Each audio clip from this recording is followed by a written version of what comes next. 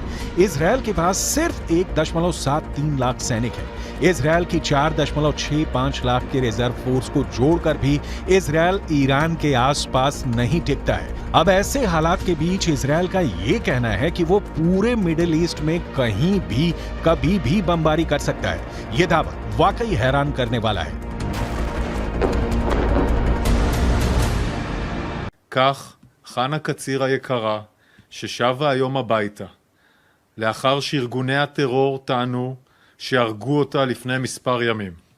לכן, יש להסתמך על דיווחים של גורמים רשמיים בלבד. בעזה, בשעות הבוקר, כוחות צה"ל נערכו בקווי ההפוגה בשטח רצועת עזה.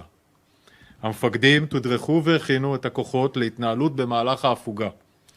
ביטחון הלוחמים שלנו लेकिन ये भी सच है कि गाजा पट्टी को 60% तक इजरायल तबाह कर चुका है। इधर 1.5 महीने से ज्यादा की जंग में लगभग 15,000 से ज्यादा लोग गाजा में मारे जा चुके हैं। लगभग 3,000 लोग अभी भी कब्रिस्तान बन चुके उत्तरी गाजा की इमारतों में दफन हैं। लगभग 50 दिन की जंग में इजरायली वायुसेना ने 35,000 से ज्यादा बम उत्तरी गाजा, दक्षिणी गाजा और वेस्ट बैंक पर बरसाए हैं। 70 से ज्यादा हमास के कमांडर मारे जा चुके हैं। इजरायली फोर्स ने हमास के इस्लामिक जिहाद परिषद के मुख्यालय, कमांड सेंटर, सैन्य परिसर, दर्जनों launcher pad, anti tank post और वॉच टावर को मलबे में बदल दिया। इस दौरान फिलिस्तीनी इस्लामिक जिहाद आतंकवादी संगठन के सैन्य मुख्यालय को भी नष्ट कर दिया गया। इसके अलावा आईडीएफ ने हमास के कई बुनियादी ढांचे को भी बर्बाद कर दिया। इधर हमास के टॉप कमांडर इस्माइल हानिया ईरान के साथ मिलकर इजरायल से लंबे युद्ध की जबरदस्त तैयारी कर रहे हैं। जरा इन तस्वीरों को देखिए। हमास के नेता और टॉप कमांडर इस्माइल हानिया ईरान के विदेश मंत्री हुसैन अमीर अब्दुल्लाहियान के बीच एक जबरदस्त मीटिंग हो चुकी है। दावा किया जा रहा है कि कतर की राजधानी दोहा में हुई इस मीटिंग में ईरान ने हमास की लीडरशिप को साफ कर दिया है कि ईरान इजरायल के खिलाफ जंग में उतर चुका है। अब ईरान की बेतहाशा सैन्य ताकत हमास की ताकत बन गई है। यानी गाजा में इजरायल को सिर्फ हमास से नहीं बल्कि ईरान की सेना, लेबनान के हिजबुल्लाह लड़ाकों और हमास के सुरंग जिहादियों से जंग करनी पड़ेगी।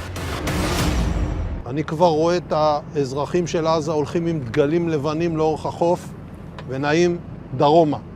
וחיזבאללה גוררת לבנון למלחמה שעלולה לקרות. והוא עושה טעויות. אם הוא יעשה טעויות מהסוג הזה כאן, गाजा में एक एक बम का बदला लेगा ईरान। लेकिन वहीं दूसरी तरफ इजरायली सेना के हौसले 7वें आसमान पर पहुंच गए हैं। जरा देखिए कैसे।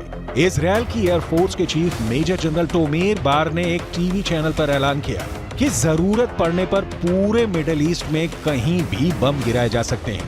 इजरायली वायुसेना प्रमुख की ओर से आए इस बयान को खास तौर से ईरान और हिजबुल्लाह के लिए चेतावनी की तरह देखा जा रहा है। इजरायल की वायुसेना चीफ ने कहा है कि हम हमास पर चौतरफा हमले कर रहे हैं, उसको जमीन पर और जमीन के नीचे मार रहे हैं। हमारे जवानों ने हजारों आतंकवादियों और उनके ठिकानों पर हमला किया है। हमने हमास को खत्म करने की कसम खाई है और हम उनको चुन चुन कर खत्म करेंगे। हमास के किसी भी ठिकाने और मददगार को नहीं छोड़ा जाएगा।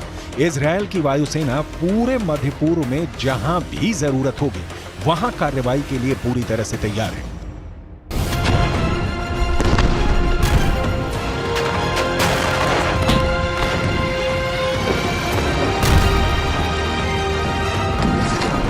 אנחנו חודש כבר במלחמה, פוגעים מאוד מאוד קשה בחמאס, פוגעים בהנהגה של חמאס, פוגעים במפקדים, פוגעים במחבלים, הורסים לחמאס את התשתיות בעזה, ואנחנו גם כל הזמן במוכנות לאזורים אחרים. הבסיס הזה יודע להגיע. हमास की मौजूदा सैन्य क्षमता को देखें तो उसके पास ज्यादातर ईरान के दिए हथियार हैं। इजरायल पर मौजूदा हमले में फज्र 3 और फज्र 5 रॉकेट का इस्तेमाल किया जा रहा है। ये दोनों ही सतह से सतह पर मार करने वाली मिसाइलें हैं। इनमें से फज्र 3 43 किलोमीटर तक वार कर सकती है, जबकि फज्र 5 75 किलोमीटर तक तबाही मचाती है। ईरान से हमास को छोटी दूरी तक मार करने वाले रॉकेटों का जखीरा भी मिला है। इसके अलावा हमास हथगोलों और विस्फोटकों का जमकर इस्तेमाल कर रहा है। आरपीजी से सबसे ज्यादा हमले सुरंगों से हमास इजरायली सेना पर कर रहा है। विस्फोटक बेल्ट का भी इस्तेमाल हमास के लड़ाके आईडीएफ के खिलाफ जमकर कर रहे हैं, जबकि एंटी टैंक मिसाइलें हमास का अचूक हथियार इस वक्त साबित हो रही हैं। कुल मिलाकर ईरान गाजा में इजरायल से खूनी बदले लेना शुरू कर चुका है।